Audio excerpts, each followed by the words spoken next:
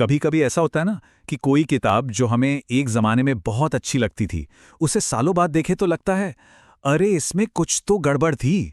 खैर, आज हम 2005 के एक ऐसे ही बहुत मशहूर नॉवल की बात करने वाले हैं जिसने आजकल एक बड़ी ज़बरदस्त बहस छिड़ दी है।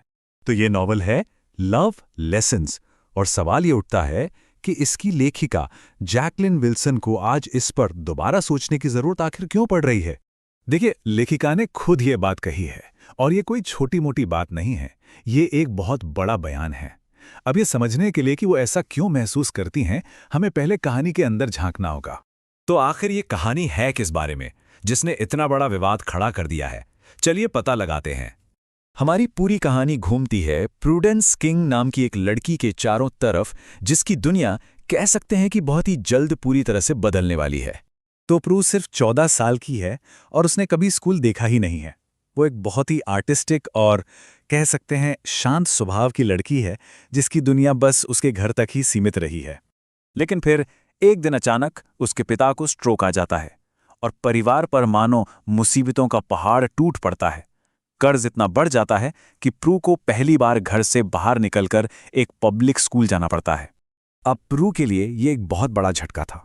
सोचिए, घर पर वो एकदम सुरक्षित और अलग थलग थी, लेकिन स्कूल में उसे ताने, बदमाशी और एक ऐसे माहौल का सामना करना पड़ा जिसके लिए वो बिल्कुल भी तैयार नहीं थी।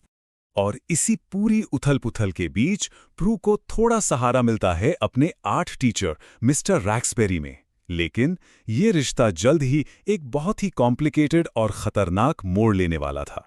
तो सवाल यह है कि एक टीचर और स्टूडेंट के बीच का एक साधारण सा दिखने वाला रिश्ता एक ऐसे रिश्ते में कैसे बदल जाता है जो सारी नैतिक सीमाएं पार कर देता है।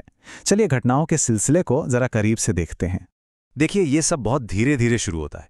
पहले क्लास में कनेक्शन बनता है, फिर बेबी सिटिंग के बहाने स्कूल के बाहर मिलना जुलना। लेकिन जल्द ही प्रू अपनी फीलिंग्स जाहिर कर देती है और रैक्स कुछ हिचकिचाहट के बाद उन फीलिंग्स का जवाब भी देता है। और फिर एक दिन गाड़ी में वो किस हो जाता है जो सब कुछ बदल देता है। ये एक टर्निंग पॉइंट था। रैक्स को अपनी गलती का एहसास होता है और वो पीछे हटने की कोशिश करता है, लेकिन प्रू इस रिश्ते को खत्म करने के लिए तैयार नहीं थी और इससे पता चलता है कि हालात कितने उलझ चुके थे। और फिर स्कूल में सबके सामने वो पल आता है। प्रू बहुत परेशान होती है और रैक्स उसे गले लगा लेता है। बस यही वो लम्हा था जब उनका राज अब राज नहीं रहने वाला था। जैसे ही बात है टीचर तक पहुंचती है, रैक्स अपनी नौकरी बचाने के लिए एक कहानी बना लेता है। वो कहता है कि प्रू को उस पर सिर्फ एक क्रश था और वो तो बस उसे दिलासा दे रहा था, और प्रू उसे बचाने के लिए इस झूठ में उसका साथ देती है। तो यहां हमारे सामने दो कहानियां हैं, एक वो जो स्कूल को बताई गई और दूसरी वो जो असल में हुई थी। और इन दोनों कहानियों के बीच का यही फर्क नॉवेल के नतीजों के लिए बहुत अहम है। और आखिर में होता क्या है? रैक्स को कुछ नहीं होता, उसकी नौकरी भी बच जाती है, उसकी इज्जत भी बच जाती है। और दूसरी तरफ सजा मिलती है प्रू को, उसे स्कूल से निकाल दिया जाता है। मतलब गलती करने वाले अडल्ट को कुछ नहीं होता और सजा मिलती है उस 14 साल की लड़की को। और यहीं से आज की आलोचना शुरू होती है। बहुत से लोग मानते हैं कि ये विक्टिम ब्लेमिंग का एक क्लासिक उदाहरण है, जहां असल में पीड़ित को ही दोषी ठहरा दिया जाता है और जो पावर में है वो बच निकलता है। तो कहानी खत्म कैसे होती है और इसका लेखिका के आज के पछतावे से क्या लेना देना है? ये बहुत दिलचस्प है कि नॉवेल में दो अलग अलग अंत होते हैं। एक इमोशनल तौर पर बहुत उलझा हुआ है और दूसरा हैरान करने वाले तरीके से एकदम सीधा और आसान। परिवार की पैसों की तंगी अचानक खत्म हो जाती है। उन्हें कुछ पुरानी कीमती किताबें मिलती हैं जिन्हें बेचकर वो अपना सारा कर्ज चुका देते हैं। ये एक बहुत ही साफ सुथरा हैप्पी एंडिंग वाला अंत है जो प्रू और रैक्स के रिश्ते के अनसुलझे और मुश्किल सवालों के बिल्कुल उलट है। समय के साथ साथ समाज का नजरिया भी बदला है।